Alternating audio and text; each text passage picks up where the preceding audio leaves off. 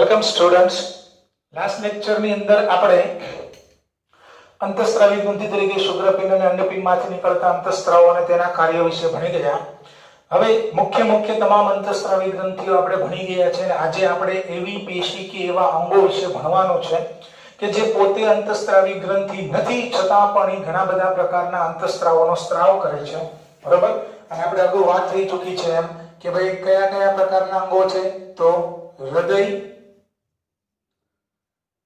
મૂત્રપિંડ અને જઠરાંત્રિય માર્ગના અંતઃસ્ત્રાવો, પાચન માર્ગના અંતઃસ્ત્રાવો. હૃદય, મૂત્રપિંડ અને જઠરાંત્રિય માર્ગના અંતઃસ્ત્રાવોની આજે આપણે વાત કરીશું. અને આ બધા કેવા અંગો છે, તો આપણે વાત કરી હતી એમ કે અમુક એવા અંગો છે, એવી પેશીઓ છે કે પોતે અંતઃસ્ત્રાવી ગ્રંથિ ના હોય તેવી અંતઃસ્ત્રાવી ગ્રંથિ ના હોય તેવી કેટલીક પેશીઓ, અંતઃસ્ત્રાવી ગ્રંથિ ના હોય તેવી કેટલીક પેશીઓ પણ અંતઃસ્ત્રાવનો સ્ત્રાવ કરે છે. અંતઃસ્ત્રાવી ગ્રંથિ ન હોય તેવી કેટલીક પેશીઓ પણ અંતઃસ્ત્રાવનો સ્ત્રાવ કરે છે. અને આવા અંતઃસ્ત્રાવોને આપણે શું બોલતા હતા? Growth factors. યાદ રાખવાનું છે, આવા અંતઃસ્ત્રાવોને બોલવામાં આવે છે ગ્રોથ ફેક્ટર્સ. ગુજરાતીમાં આપણે એને બોલશું વૃદ્ધિ કારકો, ગ્રોથ ફેક્ટર્સ. બરાબર? અને આનું કામ શું છે કે પેશીના સમારકામ અને સ્નાયુઓના પુનઃસર્જન માટે જરૂરી છે. શું કામ કરે છે? તો કે પેશીના રિપેરિંગ, પેશીના સમારકામ અને પુનઃસર્જનમાં મદદ કરે છે. એટલે કે હૃદય, મૂત્રપિંડ અને જઠરાંત્રિય માર્ગમાંથી કેટલાક એવા અંતઃસ્ત્રાવો નીકળે છે જેને આપણે ગ્રોથ ફેક્ટર્સ અથવા તો વૃદ્ધિકારકો તરીકે ઓળખશું. કારણ કે હૃદય, મૂત્રપિંડ અને જઠરાંત્રિય માર્ગ કોઈ અંતઃસ્ત્રાવી ગ્રંથિ નથી, તો આને આપણે બોલશું ગ્રોથ ફેક્ટર્સ એટલે કે વૃદ્ધિકારકો. તો પહેલા આપણે વાત કરીએ હૃદય. તો આપણે ભણી ગયા છે હૃદયના કર્ણકની દિવાલ, હૃદયના કર્ણકની દિવાલ. અને હૃદયના કર્ણકની દિવાલમાંથી એક પેપ્ટાઇડ અંતઃસ્ત્રાવ નીકળશે. યાદ રાખજો, હૃદયના કર્ણકની દિવાલમાંથી નીકળતો પ્રોટીનનો બનેલો અંતઃસ્ત્રાવ, એમિનો એસિડનો બનેલો અંતઃસ્ત્રાવ, પેપ્ટાઇડ અંતઃસ્ત્રાવ. અને આનું નામ શું હતું? રેનિન, એન્જિયોટેન્સિન, આલ્ડોસ્ટેરોન સિસ્ટમ વખતે આપણે ભણી ગયા એટ્રિયલ નેટ્રીયુરેટિક ફેક્ટર. એટ્રિયલ નેટ્રીયુરેટિક ફેક્ટર ક્યારે સ્ત્રાવ થશે? તો આપણે રેનિન, એન્જિયોટેન્સિન, આલ્ડોસ્ટેરોન સિસ્ટમમાં શું ભણ્યા હતા કે રેનિન, એન્જિયોટેન્સિન, આલ્ડોસ્ટેરોન સિસ્ટમ એટલે કે રેનિન, એન્જિયોટેન્સિન, આલ્ડોસ્ટેરોન સિસ્ટમની અંદર એન્જિયોટેન્સિન 2 અને આલ્ડોસ્ટેરોન આ બંને રાસને લીધે શું થાય? તો કે રેનિન, એન્જિયોટેન્સિન, આલ્ડોસ્ટેરોન સિસ્ટમને લીધે રુધિર દબાણ જે છે એ વધતું હતું. અને જ્યારે રુધિર દબાણ વધતું હતું ત્યારે મેં તમને શું કીધું હતું કે જ્યારે બ્લડ પ્રેશર વધે ત્યારે આવું વધારે બ્લડ પ્રેશર મનુષ્ય માટે હાનિકારક છે. એટલે હૃદયના કર્ણકની દિવાલમાંથી પેપ્ટાઇડ અંતઃસ્ત્રાવ નીકળે, એનું નામ છે એટ્રિયલ નેટ્રીયુરેટિક ફેક્ટર. અને રુધિર દબાણ વધે એટલે ANF નો સ્ત્રાવ થાય. અને ANF શું છે? ANF વાસો ડાયલેટર છે. મતલબ શું કહીશું આપણે? રુધિર વાહિનીનું શું પ્રેરે? વિકોચન પ્રેરે. અને રુધિર વાહિનીનું વિકોચન પ્રેરે, વાસો ડાયલેટર છે. એટલે શું થશે? રુધિર દબાણ ઘટે છે, બ્લડ પ્રેશરને શું કરે છે? ઘટાડે છે. અને MCQ પણ શું હતો કે રેનિન, એન્જિયોટેન્સિન, આલ્ડોસ્ટેરોન સિસ્ટમ પર, રેનિન, એન્જિયોટેન્સિન, આલ્ડોસ્ટેરોન સિસ્ટમ પર નિયંત્રણ રાખવાનું કાર્ય કોનું છે? ANF નું છે. રેનિન, એન્જિયોટેન્સિન, આલ્ડોસ્ટેરોન સિસ્ટમ પર નિયંત્રણ રાખવાનું કામ ANF નું છે. તો ANF જે છે એ ગ્રોથ ફેક્ટર છે.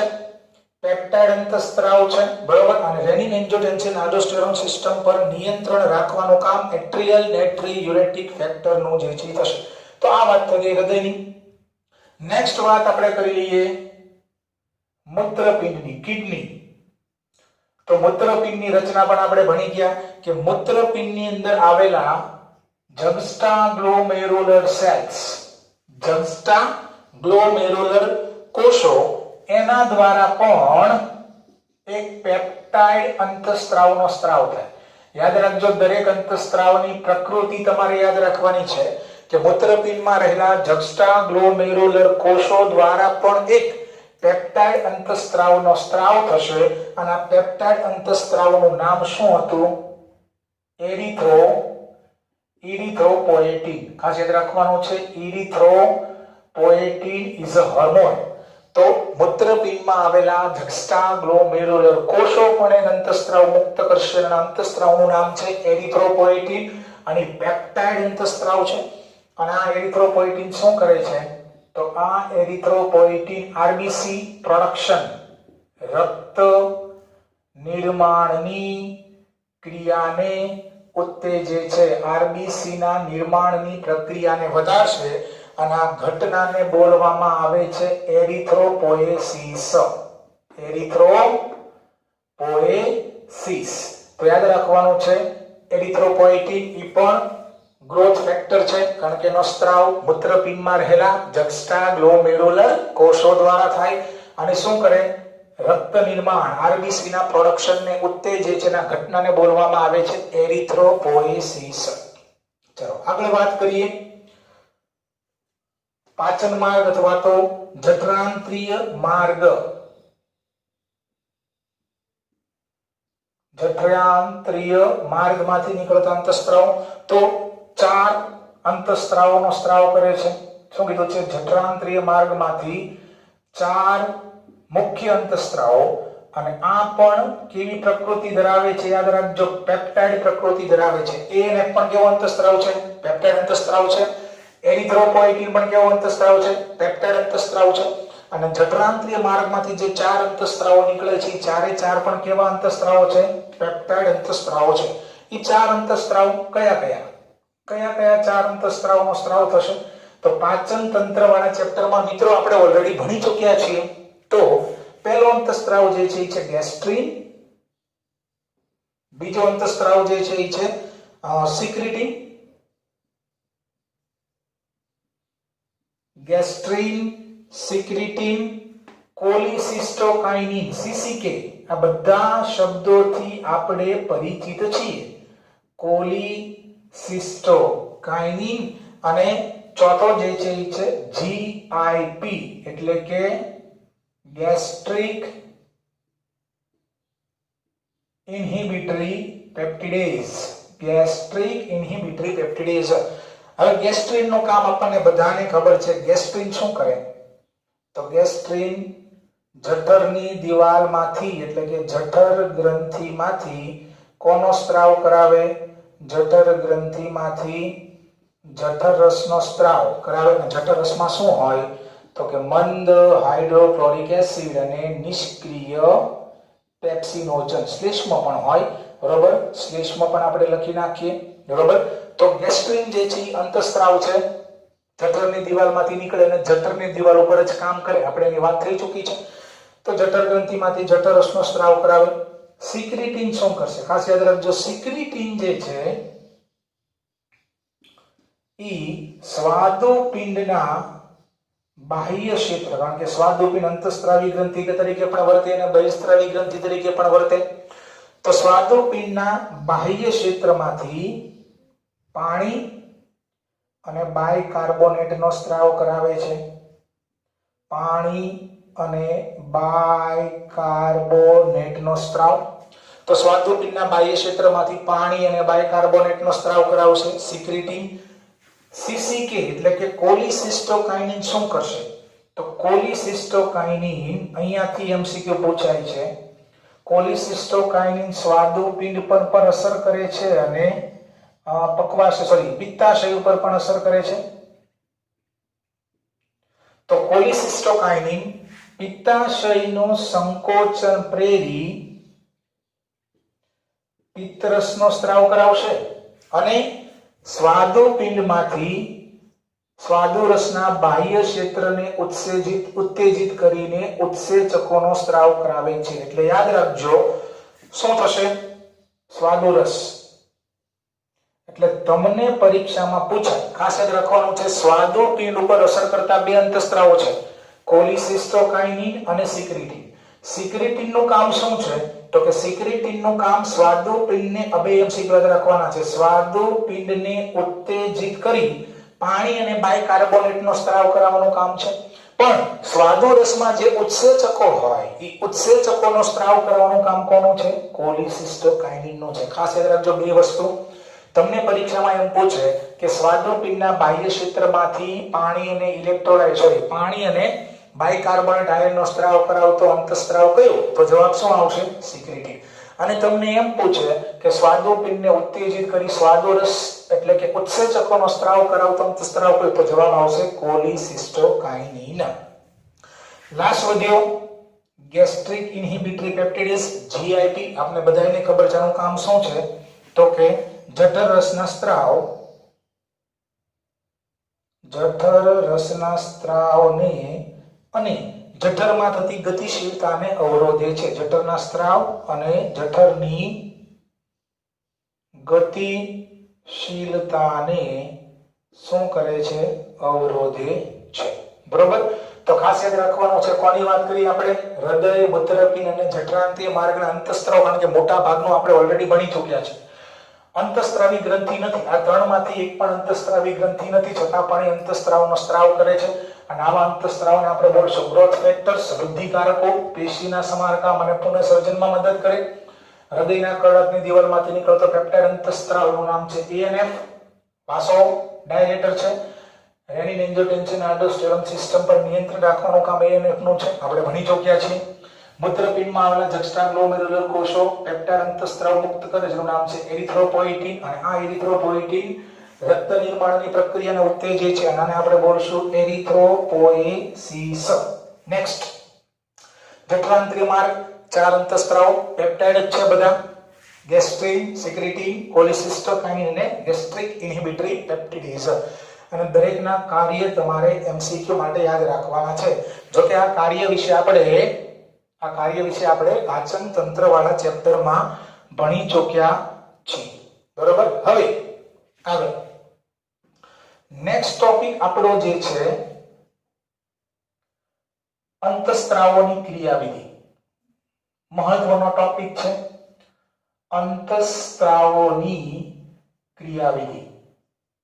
તો ઉત્સેચકમાં આપણે એવું ભણ્યા હતા કે દરેક ઉત્સેચક જે છે એના પ્રક્રિયાર્થી સાથે જોડાય અને ઉત્સેચક માટેનો પ્રક્રિયાર્થી ફિક્સ હોય. એવી જ રીતે અહીંયા પણ દરેક અંતઃસ્ત્રાવ, ખાસ યાદ રાખવાનું છે, દરેક અંતઃસ્ત્રાવ જેની ઉપર અસર કરતો હોય, દરેક અંતઃસ્ત્રાવ પોતાના લક્ષ્ય કોષની અંદર અથવા તો સપાટી ઉપર રહેલા, દરેક અંતઃસ્ત્રાવ પોતાના લક્ષ્ય કોષની અંદર કે સપાટી પર રહેલા પ્રોટીન રિસેપ્ટર સાથે જોડાય છે. દરેક અંતઃસ્ત્રાવ માટે એનો રિસેપ્ટર ફિક્સ છે. દરેક અંતઃસ્ત્રાવ જ્યાં એને અસર કરવાની હોય એ લક્ષ્ય કોષ, તો એ લક્ષ્ય કોષની અંદર અથવા તો સપાટી ઉપર રહેલા પ્રોટીન રિસેપ્ટર સાથે જોડાય છે. દરેક અંતઃસ્ત્રાવ પોતાના પ્રોટીન રિસેપ્ટર સાથે જોડાય છે. હવે આ પ્રોટીન રિસેપ્ટરના બે પ્રકારો છે. પ્રોટીન રિસેપ્ટરના બે પ્રકારો છે. જો રિસેપ્ટર કોષના કોષ પટલમાં હોય, જો રિસેપ્ટર કોષના કોષ પટલમાં હોય તો આવા રિસેપ્ટરને બોલવામાં આવે છે membrane bound receptor. Membrane bound receptor. માની લો કે આ લક્ષ્ય કોષ છે, આ એનો કોષ પટલ છે, આ આપણો અંતઃસ્ત્રાવ છે, અંતઃસ્ત્રાવ છે, જેની સાથે જોડાય એ એનો પ્રોટીન રિસેપ્ટર. જો પ્રોટીન રિસેપ્ટર, આ પ્રોટીન રિસેપ્ટર છે, આ અંતઃસ્ત્રાવ છે, અને આ અંતઃસ્ત્રાવ અહીંયા પ્રોટીન રિસેપ્ટર સાથે જોડાય છે. તમે જોઈ શકો છો કે આ પ્રોટીન રિસેપ્ટર ક્યાં છે, તો કે પ્રોટીન રિસેપ્ટર એના કોષરસ સ્તરમાં છે અને એની આજુબાજુ આવેલા કોષ પટલમાં છે. જો રિસેપ્ટર કોષ પટલમાં હોય તો આ જે રિસેપ્ટર છે એને શું બોલાય? Membrane bound receptor. નેક્સ્ટ, અને જો રિસેપ્ટર કોષના કોષરસમાં અથવા તો કોષના કોષ કેન્દ્રમાં, એટલે આપણે એક ભાષામાં કેવું હોય કે જો રિસેપ્ટર કોષની અંદર હોય, જો રિસેપ્ટર કોષના કોષરસમાં, ને મોટા ભાગે ક્યાં હોય છે? યાદ રાખજો, મોટા ભાગે રિસેપ્ટર કોષના કોષ કેન્દ્રમાં હોય, કોષરસની જગ્યાએ, પણ કોષરસમાં પણ હોઈ શકે. જો રિસેપ્ટર કોષના કોષરસમાં અથવા તો કોષ કેન્દ્રમાં એટલે કે કોષની અંદર હોય, સપાટી ઉપર એટલે કે કોષ પટલમાં હોવાની જગ્યાએ જો અંદર હોય, તો આવા રિસેપ્ટરને બોલવામાં આવે છે કોષાંતરીય રિસેપ્ટર. શું બોલવામાં આવશે? કોષાંતરીય રિસેપ્ટર. એની પણ આપણે આકૃતિ દોરી નાખીએ. માની લો કે આ લક્ષ્ય કોષ છે, આ એની કોષ કલા છે, આ આપણો અંતઃસ્ત્રાવ છે. હવે આ અંતઃસ્ત્રાવનો રિસેપ્ટર ક્યાં હશે? આ એનું કોષ કેન્દ્ર છે. જો રિસેપ્ટર કાં તો રિસેપ્ટર કોષરસમાં પણ હોઈ શકે અને કાં તો રિસેપ્ટર ક્યાં હોય? આ કોષ કેન્દ્રની અંદર. બરોબર છે? આકૃતિ સમજજો. રિસેપ્ટર ક્યાં છે? તો કે આ કોષરસમાં અને આ કોષ કેન્દ્રમાં. મતલબ તો શું થયો? કોષની અંદર કાં તો કોષરસમાં હોય અને મોટા ભાગે ક્યાં હોય? કોષ કેન્દ્રમાં હોય. બરોબર? તો બંને આકૃતિ સમજજો. દરેક અંતઃસ્ત્રાવ પોતાના પ્રોટીન રિસેપ્ટર સાથે જોડાય અને દરેક અંતઃસ્ત્રાવ માટેનો પ્રોટીન રિસેપ્ટર ફિક્સ હોય. પણ આવો પ્રોટીન રિસેપ્ટર જો કોષ પટલમાં હોય, અહીંયા તમે જોઈ શકો છો રિસેપ્ટર ક્યાં છે? કોષ પટલમાં છે. તો આવા રિસેપ્ટરને આપણે બોલશું મેમ્બ્રેન બાઉન્ડ રિસેપ્ટર. અને જો રિસેપ્ટર કે જેની સાથે આપણો અંતઃસ્ત્રાવ જોડાવાનો છે, જો એ રિસેપ્ટર કાં તો કોષ રસમાં હોય અને કાં તો કોષ કેન્દ્રની અંદર હોય, મતલબ શું થયો? કોષ રસમાં હોય કે કોષ કેન્દ્રમાં, મતલબ તો કોષની અંદર હોય, તો આવા રિસેપ્ટરને આપણે બોલશું કોષાંતરીય રિસેપ્ટર. કોષની અંદર રહેલા રિસેપ્ટર. બરોબર છે?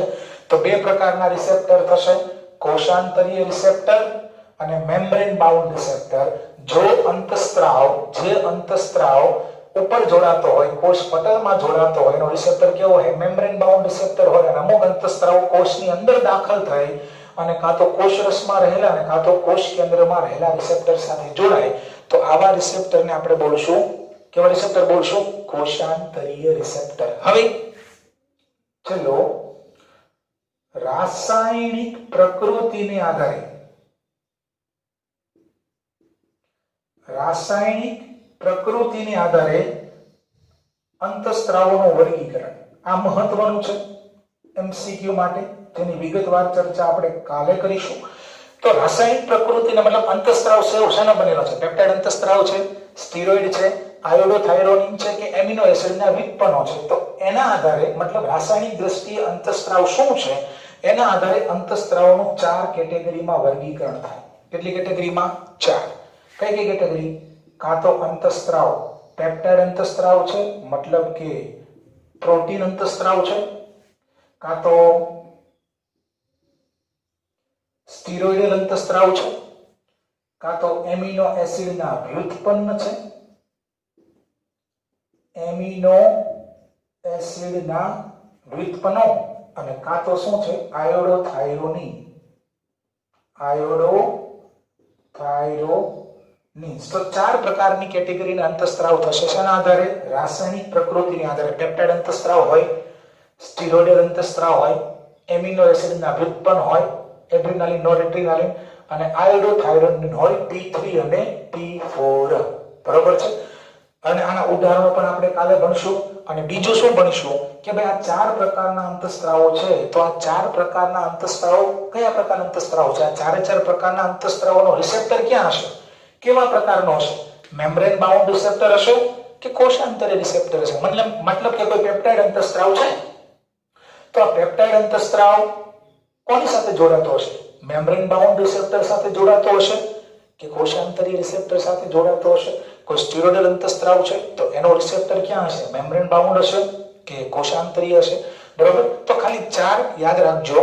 બરોબર. આના ઉદાહરણો અને કયા પ્રકારનો અંતઃસ્ત્રાવ કયા પ્રકારના રિસેપ્ટર સાથે જોડાય છે. પેપ્ટાઇડ અંતઃસ્ત્રાવ આની સાથે જોડાય કે આની સાથે જોડાય. બરોબર. એની વિગતવાર ચર્ચા જે છે આપણે હવે નેક્સ્ટ લેક્ચરની અંદર કરીશું.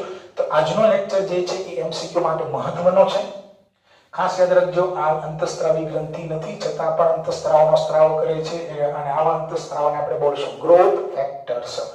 હૃદયમાંથી એએનએફ, મૂત્રપિંડમાંથી એરિથ્રોપોઇટીન, આ પણ પેપ્ટાઇડ અને આ બધા પણ કેવા અંતઃસ્ત્રાવ છે? પેપ્ટાઇડ. અને આ બે ખાસ કે સિક્રિટીન સ્વાદુપિંડમાંથી પાણી અને બાયકાર્બોનેટનો સ્ત્રાવ કરાવે અને કોલિસિસ્ટોકાઇનિન સ્વાદુપિંડમાંથી સ્વાદુરસ એટલે કે ઉત્સેચકોનો સ્ત્રાવ કરાવતો અંતઃસ્ત્રાવ છે. તો ખાસ યાદ રાખવાનું છે. અને ફાઇનલી આપણે ભણ્યા અંતઃસ્ત્રાવોની ક્રિયાવિધિ કે જે રીતે ઉત્સેચક માટે એનો પ્રક્રિયાર્થી ફિક્સ છે એ જ રીતે દરેક અંતઃસ્ત્રાવ માટે પણ એનો પ્રોટીન રિસેપ્ટર ફિક્સ છે. દરેક અંતઃસ્ત્રાવ પોતાના જ પ્રોટીન રિસેપ્ટર સાથે જોડાઈ શકે. દરેક અંતઃસ્ત્રાવ પોતાના જ પ્રોટીન રિસેપ્ટર સાથે જોડાઈ શકે. અને આવો પ્રોટીન રિસેપ્ટર કાં તો કોષની અંદર હોય તો એને કોષાંતરીય રિસેપ્ટર બોલાય અને જો રિસેપ્ટર પટલમાં આવેલો હોય, કોષ પટલમાં હોય તેને આપણે બોલીશું મેમ્બ્રેન બાઉન્ડ રિસેપ્ટર. અને 4 કેટેગરીના અંતઃસ્ત્રાવો હોય અને 4 કેટેગરીના અંતઃસ્ત્રાવોના ઉદાહરણો અને કોણ કોની સાથે જોડાય એની વિગતવાર ચર્ચા આપણે નેક્સ્ટ લેક્ચરની અંદર કરીશું. ત્યાં સુધી વિડીયોને લાઈક કરો, શેર કરો, ચેનલને સબસ્ક્રાઇબ કરો. મળીએ નેક્સ્ટ લેક્ચરની અંદર.